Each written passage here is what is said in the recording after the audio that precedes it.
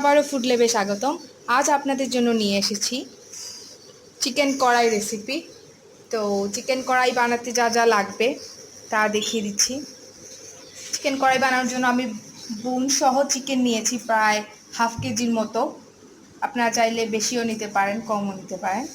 তারপরে আমি নিয়েছি হচ্ছে পেঁয়াজ বাটা, রসুন বাটা, আদা বাটা, কুচি করা পেঁয়াজ, তারপর আবার একটু ফালি ফালি করে কাটা পেঁয়াজ একটু বড় করে, ক্যাপসিকাম,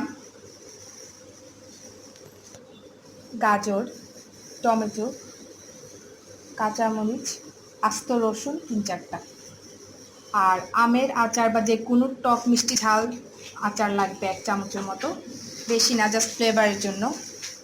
আর মশলা যা যা লাগবে তা হচ্ছে তেজপাতা, গোলমরিচ, লং, দারুচিনি, এলাচি, লবণ, মরিচ গুঁড়া, হলুদ গুঁড়ো, মরিচ গুঁড়ো, জিরা, ধনিয়া এবং লবণ। আর লাগবে যে কোনো ব্র্যান্ডের টমেটো কেচাপ বা টমেটো সস। তো পরের প্রক্রিয়াটিতে আমরা চলে যাই। তো প্রথমে আমি চিকেনটাতে অল্প হলুদ গুঁড়ো ও মরিচ গুঁড়ো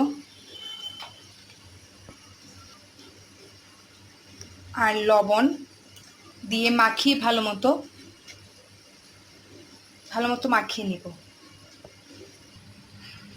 ভালো মতো মাখিয়ে নেওয়ার পর একটা ফ্রাইং প্যানে অল্প তেল দিয়ে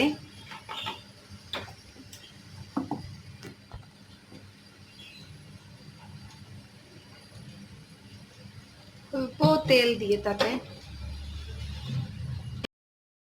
ভেজে নিব লাল করে, যাতে একটু মাংসটা মানে একটু হার্ড হয়ে যায় আর কালারটাও একটু সুন্দর আসবে, খেতেও ভালো লাগবে। তো চিকেনগুলো দিয়ে দিলাম আমি। তো চিকেনগুলো দিয়ে দিলাম। এখন মিডিয়াম আঁচে লাল করে ভেজে নিব।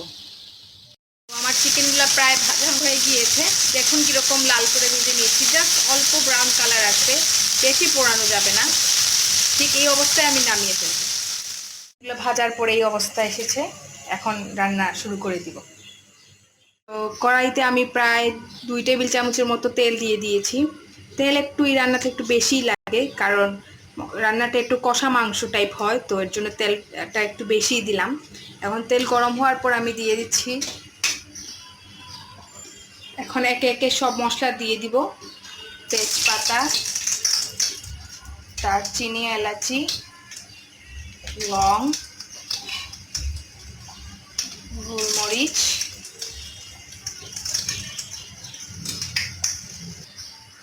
তো গোলমরিচ, দারচিনি সব দেওয়ার পর আমি পেঁয়াজ কুচটুকু দিয়ে দিব।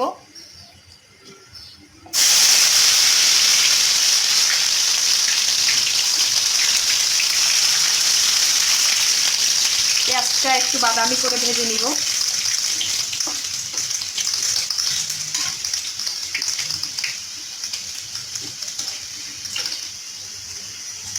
তো পেঁয়াজটা প্রায় বাদামি হয়ে গিয়েছে, এখন তার মধ্যে আমি দিয়ে দিব পেঁয়াজ বাটা প্রায় 1 টেবিল চামচ পরিমাণ। আমি হাফ কেজি মাংস নিয়েছি, তাই একটু কম করে মশলা লাগছে। আপনারা মাংসের পরিমাণ বাড়লে মশলার পরিমাণও বাড়িয়ে দেবেন। তো পেঁয়াজ দেওয়ার একটু নেড়ে দিলাম। তারপরে দিয়ে দিব রসুনটাও প্রায় 1 টেবিল চামচ পরিমাণ।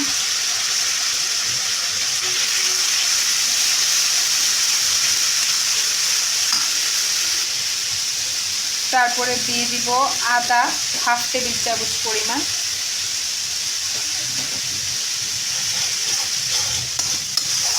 মশলাটা একটু কষানোর পরে তাতে হলুদ, মরিচ, জিরা দিয়ে দিব।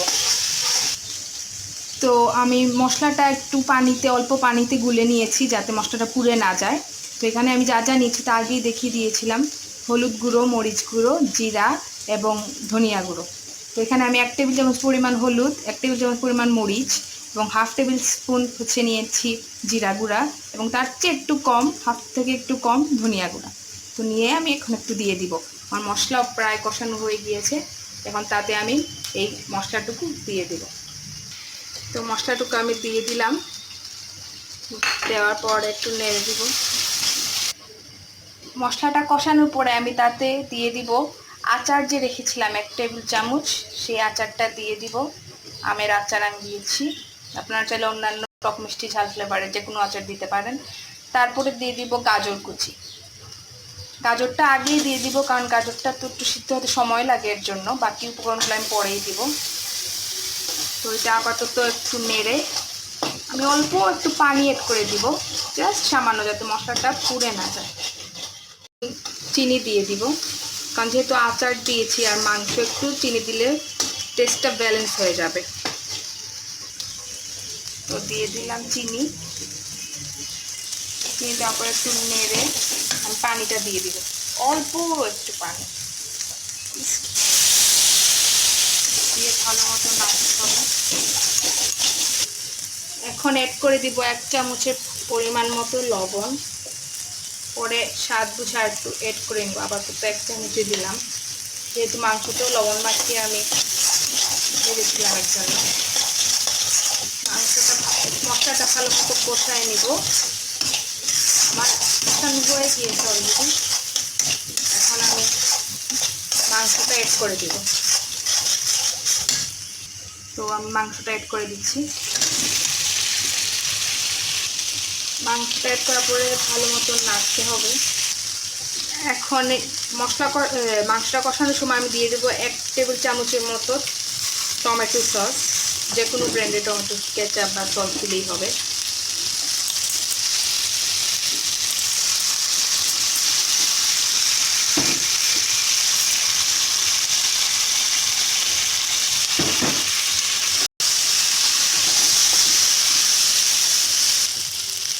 এখন মাংসটা কষানোর পরে আমি তাতে একে একে ক্যাপসিকাম,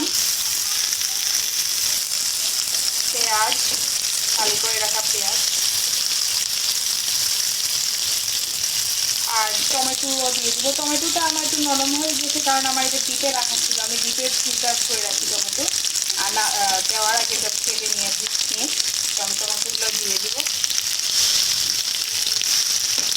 ফ্রেশ টমেটোগুলো ভালো হয়, না থাকলে সমস্যা নেই। তারপর 3-4 টুকরা রসুন দিয়েছিলাম, এটা দিয়ে দেবো, আর দিয়ে দেবো কাঁচা মরিচ। তারপরে ভালো মতো নেড়ে নিব।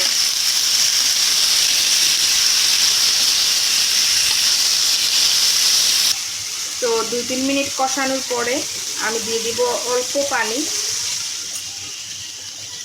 একটু মশলাটা যাতে ভালো মতো গায়ে লেগে যায় বা মাংসের ভিতরে ঢুকে যায়, এর জন্য। কারণ মাংসটা একটু বুনা বুনা টাইপের হবে, আমি সব পানি শুকায় নিচ্ছি, অল্প ওই মাংসতে পানি দিলাম।